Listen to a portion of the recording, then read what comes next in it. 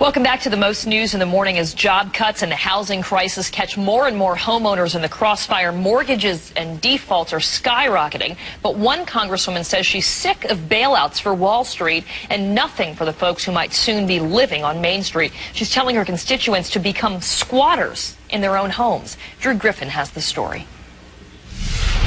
The notices came to her home in April. Andrea Geis's bank foreclosed on her. Behind in payments, out of work, a husband sick, she had nowhere to go. So she decided to follow the advice of her congresswoman and go nowhere. Geis is part of a new movement in the housing crisis, squatters. For lack of a better term, you're kind of squatting in this house, aren't you? Basically, yes.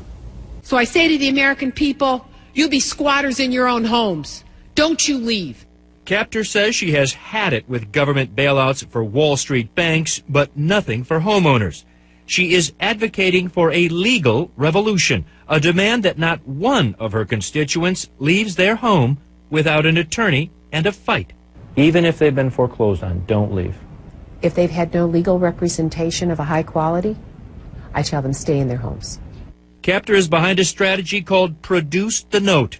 Mortgages have been so divvied up on Wall Street that banks are having a hard time finding that original paperwork, adding a delay to foreclosures.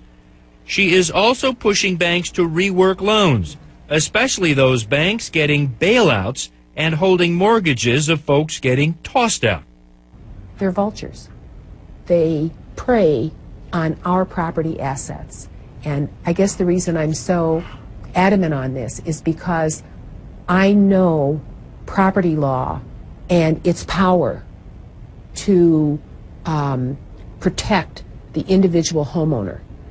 It is, and it's a situation that we see replayed all over the country. The other thing is people say they have been having trouble as they try to reach out, make contact, and figure out if there's some way to rework their loan.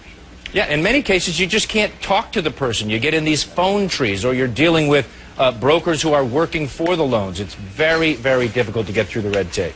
Wow, very interesting stuff. We'll see if the Congresswoman gets other support from her colleagues as well. Drew Griffin, thanks so much.